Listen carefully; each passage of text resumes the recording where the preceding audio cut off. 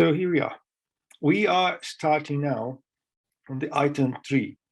We have started last Saturday, but it's better to rewind a little bit from the beginning so we can proceed.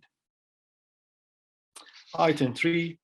Of course, all this is no more than theory that is more rational than any other, but it is a theory that contradicts neither reason nor science. I think we spoke about that last week, but nevertheless, it's always positive to remind us that we should analyze everything in this study. Don't take anything I say as granted. Use your reason. Try to compare with what you know, with what other people say, and mainly with what is written in Kardec's book. Our goal is not to tell what is true, what is right, what is wrong, but to give us food for thought. And if we may, in the future, not agree entirely with what we are saying here or what we initially understood, that's very positive, because that means that we are opening our minds for new possibilities, for new understandings. And that's what we all should be aiming for any study. Furthermore, it is corroborated by facts and it is sanctioned by both logic and experience. Logic is something that is very particular. What is logic to me may not be logic to you. But when he is speaking about logic, he's speaking about scientific logic. 1 + 1 is equal to. That no one can argue. So that's the logic he's talking about. An experience. Everything we do regarding mediumship cannot be just studying, cannot be just what is in the book. It is also part of the experience. It is also part of the practice. So everything that he brought to us is part logic and experience / practice. We have found these facts in the phenomena of spirit's manifestation, which thus have provided us with patent proof of the existence and survival of the soul. I would say that if we are here, it's because we believe there's something more than just our physical body. And Kardec is calling this soul when we are incarnated, and the spirit when we are discarnated. So if we believe that we don't finish when our body perish, this that has been left can still interact. And how will we interact if we have difficulty to see, to hear, to understand? Well, we call that phenomena. There's a lot of people that call phenomena, they call poltergeist, they call many things. But everything is natural, and everything is a consequence of the spirits that we are. So through Kardec experiences, he was making tests, he was evaluating, he was proving what he thought was right. And after he came to a consensus with the spirits, then he started to prepare the book. Nonetheless, there are many people whose belief does not go beyond this point, right?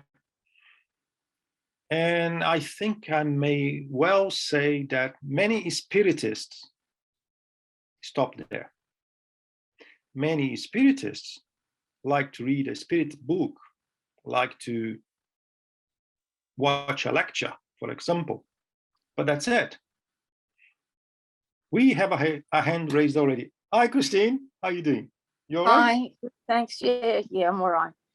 I'd just like to say that yesterday I watched a movie, or actually it was a documentary, and it was about people who had near-death experiences. And one of those people was actually a doctor. and she was a surgeon, and she didn't believe in anything.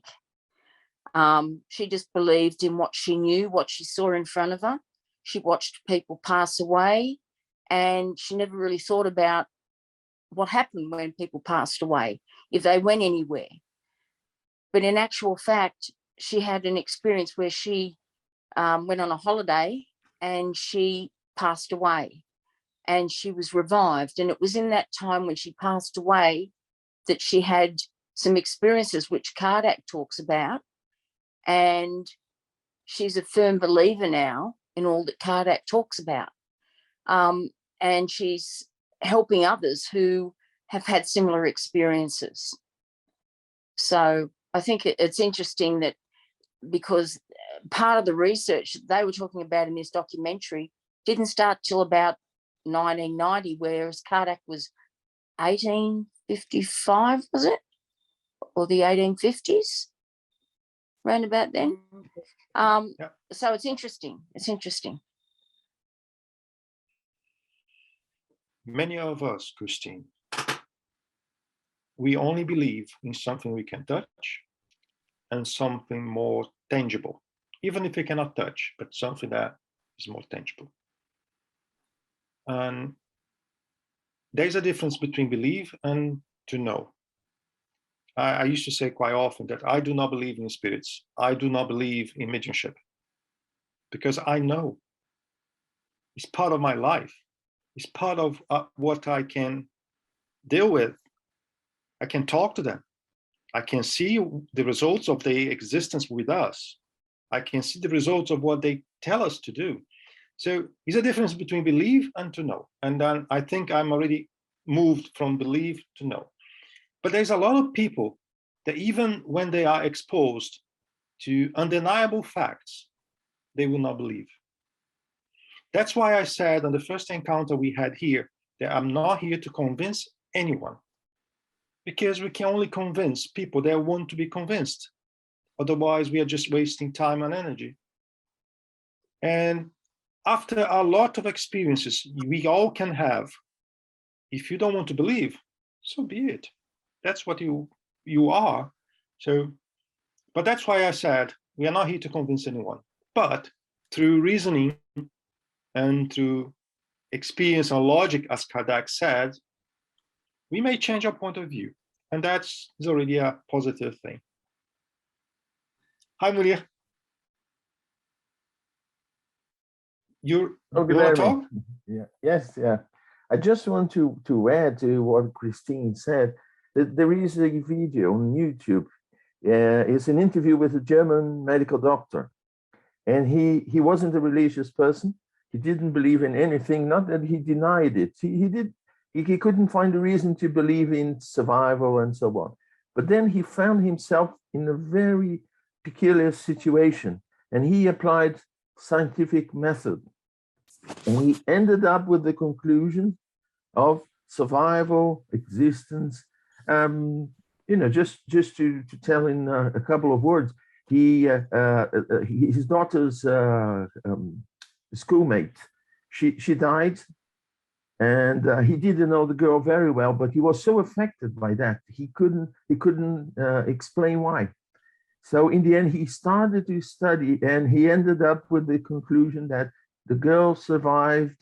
They had a previous incarnation where she was his daughter, and she died in a similar circumstance. But it's very interesting because he starts just from logic, observation, and he draws his conclusions. He went after mediums then to explain certain things, just showing that he ended up, even without knowing Kardec, he ended up with the same conclusion that Kardec presents to us, just using logic and scientific methodology. He did some studies. He took a group of people, and then he had some questions for these people. He was very careful in this. It's very, very nice. I'll see if I can find his name, and then if you search on YouTube, you will find his interview. I think it's on a German TV program. He was interviewed, and then he tells everything since the very beginning. Very interesting. Very nice. And before I pass the mic to Liz, and there is a name that is very worth to search, Ian Stevenson. He did a marvelous research over the years, and he used a scientific method, but still a lot of people do not believe. Yeah. Hi, Liz. How are you doing? Hello, guys. Good morning. Good afternoon. I don't know where you are. Sorry. Have a good day. I just wanted to comment on, as we are talking about science and scientists and them then believing in things by their own experiences. I am very sorry. I don't know the name of the person, because this memory just came to me. It was this scientist from United States that I know for sure. And he was using scientific methods to prove the existence of spirits. So he would go to a laboratory and then he would talk and say for the spirits to do something in this chamber that would show that they would be there. And he worked with a medium, a spiritualist medium, and he ended up with 2 lights in these chambers that would come on into the time, some certain times. And he had all this research, and he said, oh, before anybody accuses us to, kind of manipulate the tools and everything and do a wrong reading on this, they spoke to spirits to say, like, we are not going to be here. None of us are going to be here in such and such time. I'm going to turn the equipment in such time. And if you want to give your evidence of your presence here, please do so in this time. So then, even with all these evidences that he gathered of this, people would rather believe that his consciousness and his thought affected the equipment from where he was at home, instead of just seeing what was in front of them there. As you said, Guilherme, people are just going to believe in what they want to believe. In Kardec's time, Kardec faced this as well.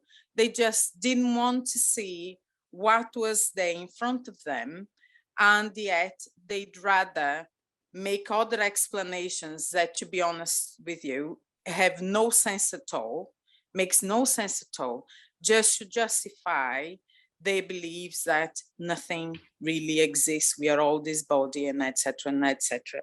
So I just wanted to share this with you guys.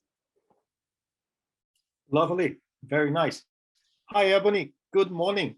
Good morning. I also wanted to add that one of my most surprising experiences with mediumship is that people who have this deep-rooted disbelief in spirits, the existence of spirits, when they do disconnect, that disbelief persists for some of them.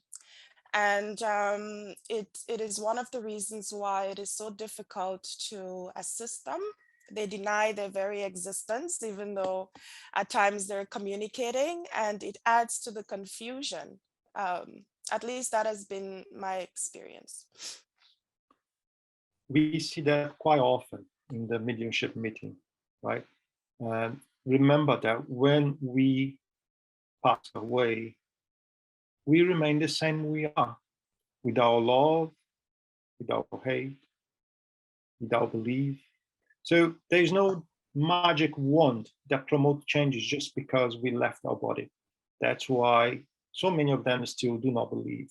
And sometimes when they come to a mediumship meeting, they have a kind of shock. And then they start to see there's something they do not understand first. But yeah, what you said is it's happening, and more often than we thought. So They believed in the existence of souls and consequently in the existence of spirits, but they deny the possibility of communicating with them because they say immaterial beings cannot interact with matter. This doubt results from ignorance of the true nature of the spirits, about which they generally have a wrong idea by considering them to be abstract, vague, and undefined beings, which is not true. And André Luiz, I think he complements quite well this sentence through his books. Even us, Spiritists, we believe when we left our physical body behind, we are like a gas balloon that can go with the wind, that can do anything, that we do everything by thought. But even here, Kardec is telling us it's not like that. It's really not like that. Some of us, we still have the concept from old religions, if I may say like that, that we have angels, we go to heaven or to hell. When we die, we wait for salvation, or whatever. That's not what our goal here. But spirits, when we die, we are exactly the same as we are incarnated. Just the matter of physical body is different because we also have a spiritual body. So the matter is different, but the body remains with everything else, okay? And there's one thing as well. People, they have a hard time to talk to spirits. Many of us here may never had that opportunity to do so, but it's very normal, like we are talking here. You're talking to me, I'm here in the middle of London, somewhere. I don't know where you all are, and you're talking. That's like you talking to a spirit. And you're talking to an incarnated spirit that's not in front of you, or at least you cannot see physically.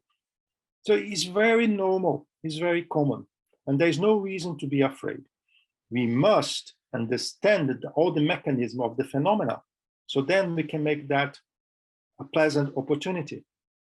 But we all should not be afraid of it. Hi, Christine, go on. Hi. I just wanted to just add another bit that was in this documentary.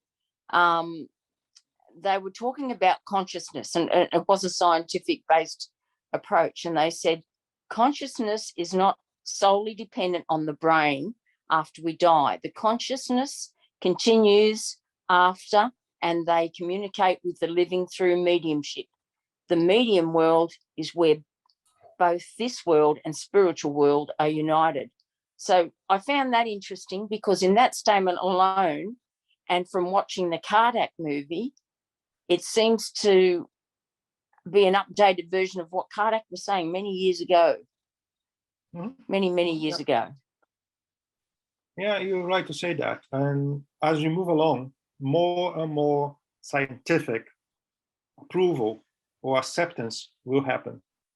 But even if you do have 10 scientists showing them very same facts, very same proofs, part of them will believe, part of them will decide not to choose one side or another, and part of them will deny completely, because we still humans. And as I said, we don't convince anyone. People believe in what they want to believe based in their experience and their creed sometimes. So that's it. But you see, as we go along in 10 years time, 20 years time, more things will come and that balance may change. Before going any further, let us consider the spirit in its union with the body. The spirit is the principal being of this union, for the spirit is this thinking being that survives death. The body is no more than an accessory for the spirit, an envelope, a garment that is abandoned after having worn it. He brings that to us in a very natural way. the body is there as long as we need. And when we use all the possibilities, it is gone. But who we are remains. Besides this material envelope, the spirit possesses another, a semi-material envelope, which connects it to the first.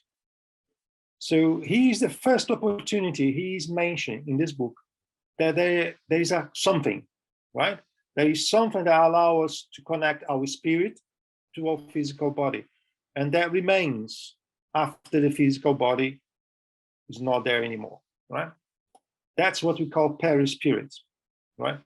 But spiritual bodies are a vast subject worth to study, but we are not going deep in this one here. But we need to understand that our spirit, when it's no longer incarnated, still have a body. He still have his or her independence. What you think remains. What you are remains. At death, the spirit abandons the body, but not the second covenant, which we call perispirit. The same material envelope has a human form and comprises for a spirit a fluidic, vaporous body, which, although invisible to us in its normal state, it still possesses some of the properties of matter. So that reminds me of the question from Yasmin, like a week ago, I think.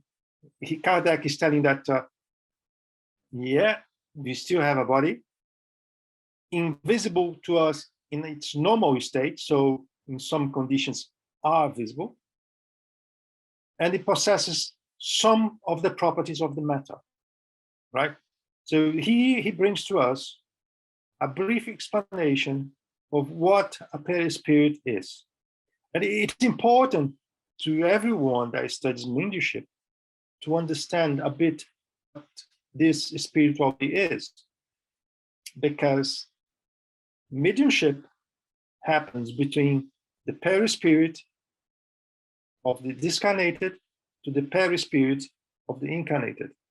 But we'll see that more in the future. Hi, Yasmin. Thanks for the explanation. I just have a question. You said we're not going to talk about the perispirit here. I would just like to know, do you have any books to recommend to learn about it? We do have books, but I'm not sure if they exist in English or in French. But I will get the book, and there are ways to translate, and the translation is quite good sometimes, most of the time. There are some apps that we can translate, and that will give a fair way to understand what is there. So if you send me a private message, I will send to you, or I can put on the group so everybody can see it. I think it's even better. I will copy the book over there, and I will try to translate it to English. Okay? Okay, understood. Thank you. Thank you, Elsa. Marlène Nobré. I know. Exists in French, hein, Yasmin. I will look for it. Thank you, Charles. L'âme de la matière. L'âme de la matière. Merci. Charles, do we have the book Perispirit in French? From Zimmermann? Yes. No, this one is only in Portuguese. Okay. So I can do a quick translation through an app that's not perfect, but good enough to give a rough understanding of what it is, and I'll send to you all. Okay? Let me make a note here. Guilherme, I just want to point out something here. Sure. Because when Kardec says it's a semi-material, it doesn't mean that it's half matter and half something else. It's just that, it comes from the same nature, which is material. But the perispirit is different from matter that we normally see here in the physical world, because it's not composed by the elements that we see in the periodic table. Otherwise, we would be able to detect it. detected with naked eyes or our instruments. So because this semi material sometimes, you know, it gives people some reason for doubts. Mm-hmm. I think Kardec mentioned that is, I don't know the word in English, but the materia quintessenciada. Quintessentialized matter. Yeah. Good comment. The spirit, let me see here what. Okay. The spirit is therefore not a simple abstraction, but a confined and circumscribed being, which would only need to become invisible and tangible in order to resemble human creatures. Another topic that's interesting to study in the Spiritism is the materialization of spirits. There are a few books as well that mention about that, and it's very interesting, right? But it is happening less and less nowadays. Why couldn't it interact with matter? Because of the fluidity of its body. But it isn't among the most rarefied fluids, such as electricity, for example, and those that we consider the most imponderable that we encounter, the most powerful motive forces. And I think one thing that comes to my mind here, I think I mentioned here already, the oxygen, the air. We cannot see, but we depend on it. And the example he's given here, the electricity. Can anyone see electricity in a normal state? Normally not, right? But it's there. And if you do not believe in what I say, please put your finger on the power socket just now, and you see that electricity is there. Because of the fluidity of its body, but isn't it among the most refined? Oops, sorry, I missed it here. Can't imponderable light cause a chemical reaction in ponderable matter? And funny to say that at that time when this book was written,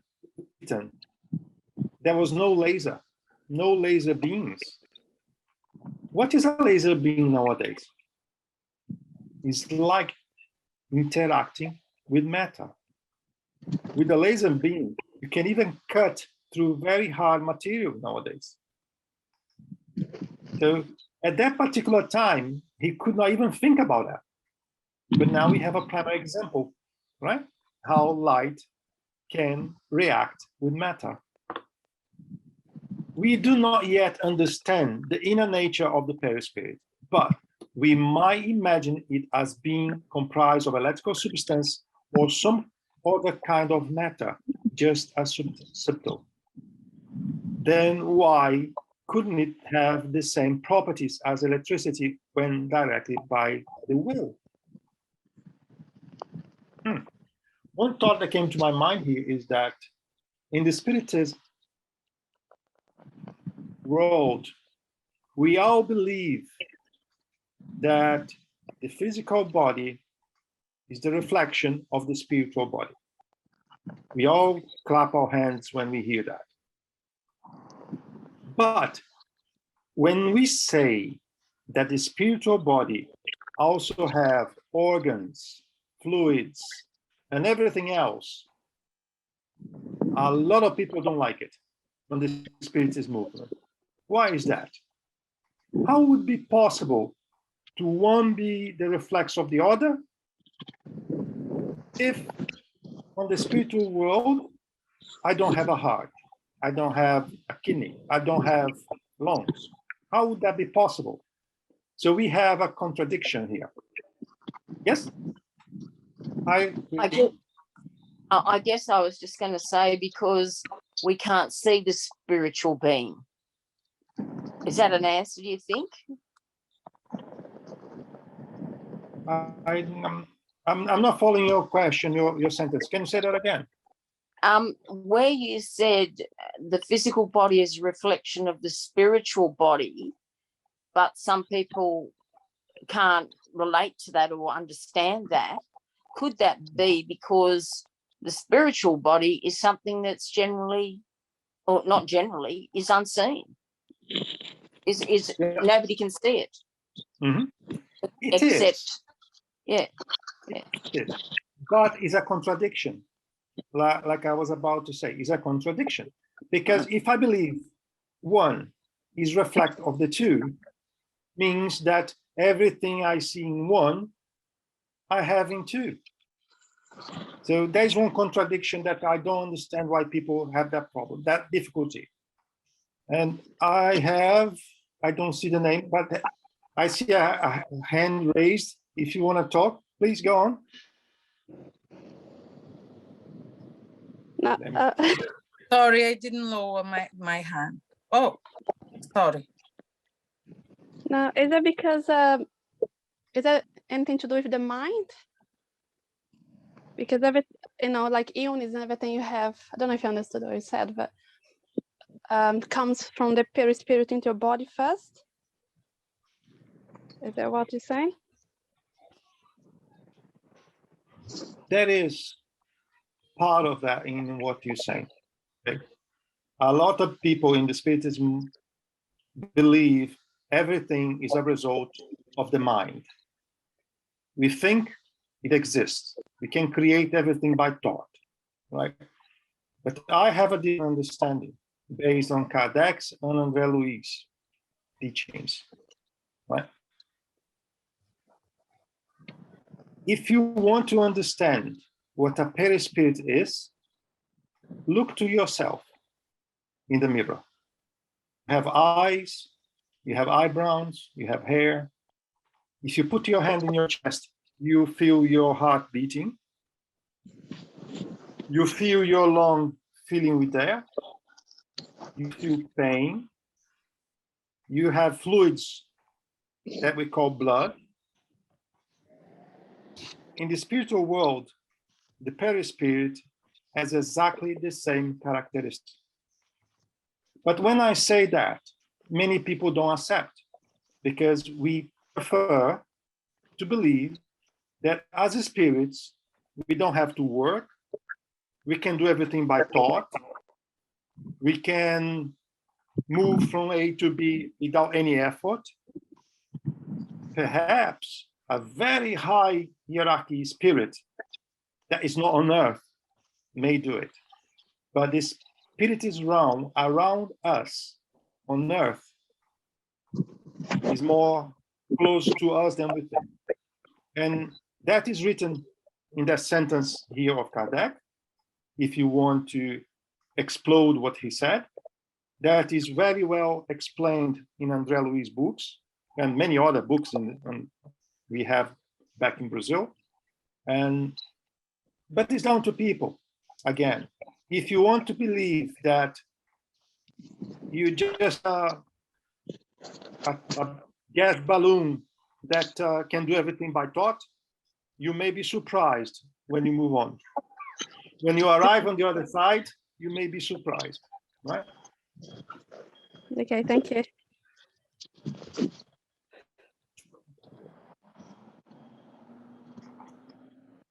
Let's move on to the item number 4.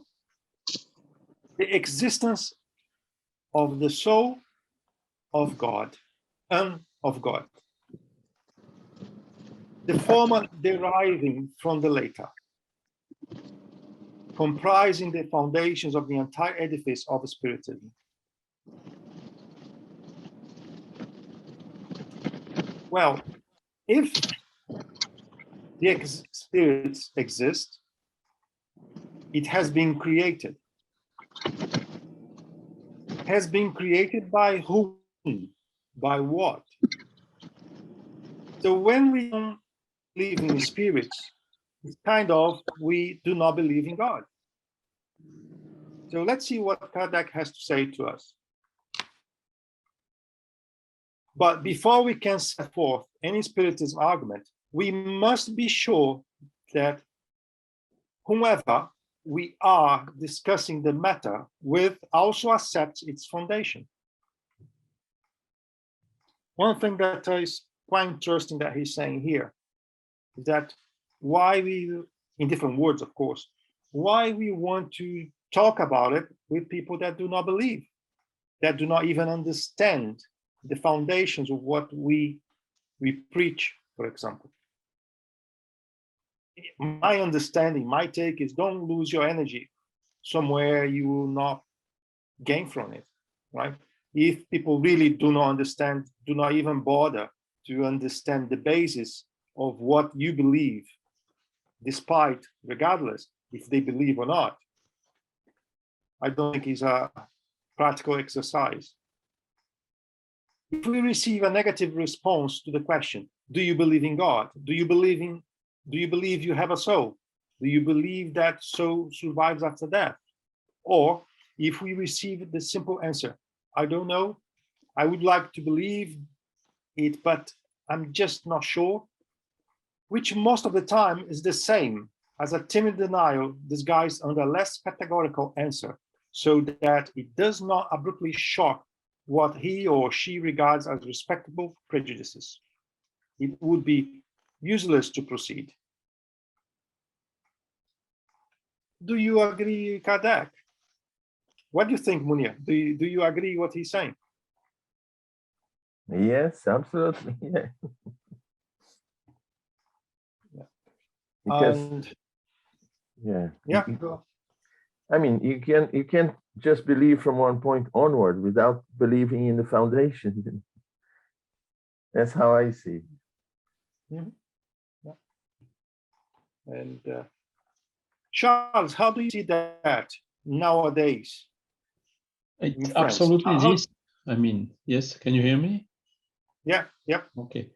The people who do not believe they have a soul, they cannot believe that the soul is existing before, that it is reincarnating, that it is dying, that it is surviving after the death, sorry, and that it can communicate. It simply cannot believe in it. So if you don't have the starting basis, you lose your time talking about things that this person will absolutely not believe. We shall absolutely start from the beginning. Commencer par le commencement. Começa pelo começo. Né? And otherwise, you just lose your time, and you can make also this person angry. No, we should respect their belief. If the person is saying, I don't know, I would like to believe, but I'm just not sure. Okay, so you just leave the time for this person to come back with questions or to ask something, but don't insist with her. It's not, you are losing your time in making this person losing her time. It's just like this. I totally agree with that. And when Charlie was talking, something came to my mind, right? It came to our institution, one person, that she had a different religion, but she had a totally unbalanced mediumship, right? She was totally desperate to find help. And in her own normal circle of experience, she could not find the proper help. So she came to a Spiritist center asking for help. We did invite her to participate in some studies to have a basic knowledge of what was going on. And when I say some study, I'm not talking about making a 10 years university to learn. That's not necessary. It was just to have some thoughts in that mind to understand better what was happening physically to her body, because mediumship is physical. And the best way to bring her to balance was to having her in the mediumship meeting after a period of time. She stayed with us in the mediumship meeting for years, several years. I would say maybe 6, 7 years with us, seeing a lot of things through herself and through the other mediums. But one day she decides to stop everything. Then I said, well, fair enough. Everybody has the right to start and to stop anytime they want. But as curious that I am, I asked her, why? I do not believe anything that's happening. After 7 years, I do not believe anything that's happening. I'm going back to my church, and in that church, I will find God. My answer was beautiful. God is everywhere. Find him where you feel better. That was it. But imagine yourselves being a medium, extensive medium, ostensive medium, for 7 years, writing, listening, seeing, talking, in the mediumship meeting, seeing all the phenomena around you for 7 years. And then you decide not to believe. So at that moment, I learned that we do not convince anyone. We do not change anyone unless if the person wants to be changed or want to be touched, let's say. So that was a very prime example that came to my mind that, what can I say, you know? Some of you here, guys, I know you are in the mediumship meeting with us, right? And then sometimes I used to say, are we all crazy in that meeting or not? Do you believe in what's going on or not? Because everybody has the right to make their own mind. But we cannot deny what we feel physically, because mediumship is related to the physical body. But belief is another thing. Right? Guilherme, if I may. Sure. As most people, I mean, we ourselves, we do that sometimes. We want to choose what is convenient for us to solve our problems. We don't want to take everything. And it's very common, okay, I believe, yes, in reincarnation, we could explain a lot of things, but I don't believe in God, or I don't believe in this, or I believe in spirit, but I don't believe in reincarnation. Because people want to find a solution that suits them. And they don't want to take into consideration all the rest. But it's not like that. I mean, it doesn't make sense if you don't take the whole lot. If you just pick up here and there, it'll be just part of your confusion. If we want an explanation given by the spirits, we have to take everything. Then it makes sense. Otherwise, as I said, you want a building, but you don't want foundation. Is it going to float or what? And so something just came to my mind, Munir, and you are part of the meeting, so you know. Remember that in one of the recent meetings, we had one spirit surprised with the mechanism of mediumship helping someone he could not help himself. So yes, on the other side, not everyone knows about mediumship or spiritism or anything else, but this spirit in particular, he was surprised the way someone he was trying to help for God knows how long, the person was helped with something that we know that was through mediumship that he never thought, he could not even understand. But in the end, the most important was the charity. Everything we do, or everything we should do with mediumship, is charity, helping others. And when we are helping others, we are helping ourselves. And he understood that. And he, as far as I remember, he was pleased to understand better, to help others from our own. Hi, Rafael. Hello. I just want to make a comment here. It's deviating a bit from mediumship, but Kardec is giving us not just food for thought when you're talking to somebody about faith, religion, mediumship, but I think it's a very important lesson that he's giving us that is super contemporary, super important nowadays with everything that we have in our lives is polarizing. And we have a lot of examples at the moment that things are very polarizing. People have very strong opinions about things. And what Kardec is telling us here is, it sometimes, or not sometimes, usually doesn't, it's not worth to get into discussions and conversations to try to convince, to try to change the way people think, if they are not open to it. And in the majority of the cases, people are not open to it. So I think this specific item goes beyond spiritism, mediumship, and it's more of like people sometimes, it's only worth to have a discussion with people. They are open to a discussion, they want to understand, they want to broaden their knowledge, their horizons, their arguments. But we don't, for instance, I don't think we have that in our minds all the time. Sometimes we see an opportunity to discuss with somebody because they have a different opinion, and we just jump into it and just for the sake of it.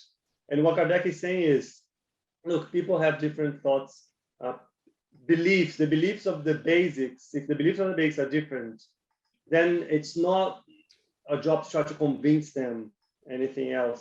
So I think this is also a good lesson, not just if you go out of mediumship, but very important nowadays, just slightly polarizing opinions.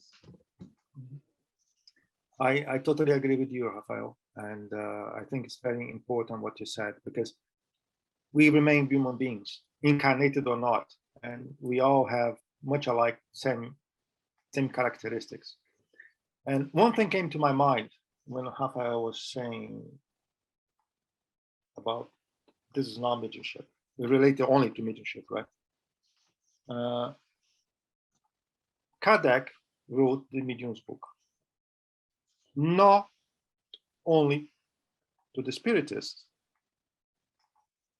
Kardec wrote the Medium's book to help everyone encountering the mediumship phenomena, the Spiritist phenomena, to be helped. So when someone come to me or to the institution that I was connected back in Brazil, I never asked, are you a Spiritist? To be part of the Medium's book study, you need to be a Spiritist. Not at all. We brought that knowledge from Kardec to anyone, medium or not, Spiritist or not, because mediums are everywhere. Mediums or mediumship is not a patent from the Spiritism, not at all. We have to keep our mind open. The mediumship is everywhere, with everyone. And it's not like a patent from the Spiritism that to go to a medium's book study, you have to be on the Spiritism for 10 years, and then you go to the medium's book for another 10 years. There is nothing like that. That was not the aim of Kardec. Hi, Liz, go on. I would like to add that not only regarding mediumship, but all the books and all the knowledge that Kardec could write down and, understand and then pass through others, they are very universal. And it is really amazing how, for example, let's take the Spirits book. For me, I think the Spirits book is such a, and it just talks about absolutely everything that I can think of that regards life, really, and all the aspects. And, I sometimes get amazed about the capacity. Obviously, Kardec had much help and support, especially from the spiritual world, but he had the courage to do the work that he had to do. And his methodology was like thorough. He just thought about so much. And it really amazes me how universal all this knowledge is, and his methodology of discussing things in a magazine first, then comprising it all in those books. Like you can take a lot. Lately, I have read the Heaven and Hell, and that explains so much as well about our perspectives of what is good and what is not good. And do we really need this duality in our lives at all? And it is so impressive. I just would like to open this parenthesis there. Mm-hmm. Yeah, you're totally right to say that, Liz. And by the way, Spiritism It's the doctrine of the spirits. It's not from any human being incarnated. Was made from the spirits. Teachings from the spirits. Sometimes we forget that. So many people think that is other things, but this doctrine, the Spiritism doctrine, is made from the spirits, belongs to them. We are just trying to learn with them. And spirits are everywhere. Regardless of your creed, what you believe, spirits are there. So she was very right to say that everything, not only this book, but everything can be applicable to everyone. So may I just add one thing? Is Kardec is writing the medium books not only for spiritists but for everyone. This is what you just said, Guilherme. And this is why in this first chapter he is recalling all these bases of spiritism. When we are spiritist, it doesn't bring us so much. It's just a kind of a recap. But the person who takes only the medium book as a first spiritist book, for this person, this chapter 1 is absolutely fundamental. Yeah, that will give some guidance, isn't it? At least to better understand. That's very true. Yeah. Liz, did you raise your hand or was there, and I haven't noticed? Sorry, I didn't lower it. Sorry. Oh, okay, sorry. I didn't notice myself. So it would be like trying to demonstrate the properties of a light to a blind person who does not believe in the existence of light. For spirit manifestations are, in fact, only effects of the property of the soul. Thus, if we do not want to waste our time with our conversation partner, we will need to pursue other courses of idea. Yeah, what time is it? Let me see here. Kardec and many of his disciples after him, if you can say like that, they have experimented the phenomena. They did exercises around mediumship, not only in France, in UK, in US, later in Brazil and any other country. And as we encounter a lot of people that do not believe in what we believe, imagining those names, Kardec, Crookes, Lombroso, so many others, they encounter many people of science, mainly, that could not agree, could not believe, and try to prove they were wrong. They used to have meetings, closed doors, with everything they could have at that time to prove that the phenomena was real. When we're talking about people with scientific backgrounds, they had doctors, scientists, military people. They had people that, in theory, no one could come and say, no, this person is not honest. And on the end of the meeting, some of them still did not believe, tried to justify what they saw with their own eyes as a scam, as a trick, whatever. We, nowadays, we don't see much of it because we are not bothering much, really, to prove anything to anyone anymore. That's my take. But from time to time, part of people in Spiritism trying to do some research and trying to do some experiments, and that come again. So humans remain humans, regardless they were 200 years ago and we are now. We have the same characteristics.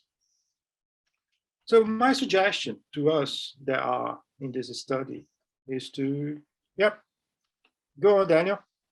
I saw your hand. Just a tiny question. How do we perceive critical thinking while studying? Because not that I want to. So is more a question. How I see on this study that we are thinking and relating to the stuff that we lived and that kind of stuff. At least this is what I'm trying to do. But how should we look at a book and look other kind of content without, and how do we apply critical thinking while we're studying, while we are learning, while we are seeing new stuff or even old stuff? Daniel, thank you a lot for your question. Why I'm saying that, thank you a lot for your question, because that's what I'm trying here.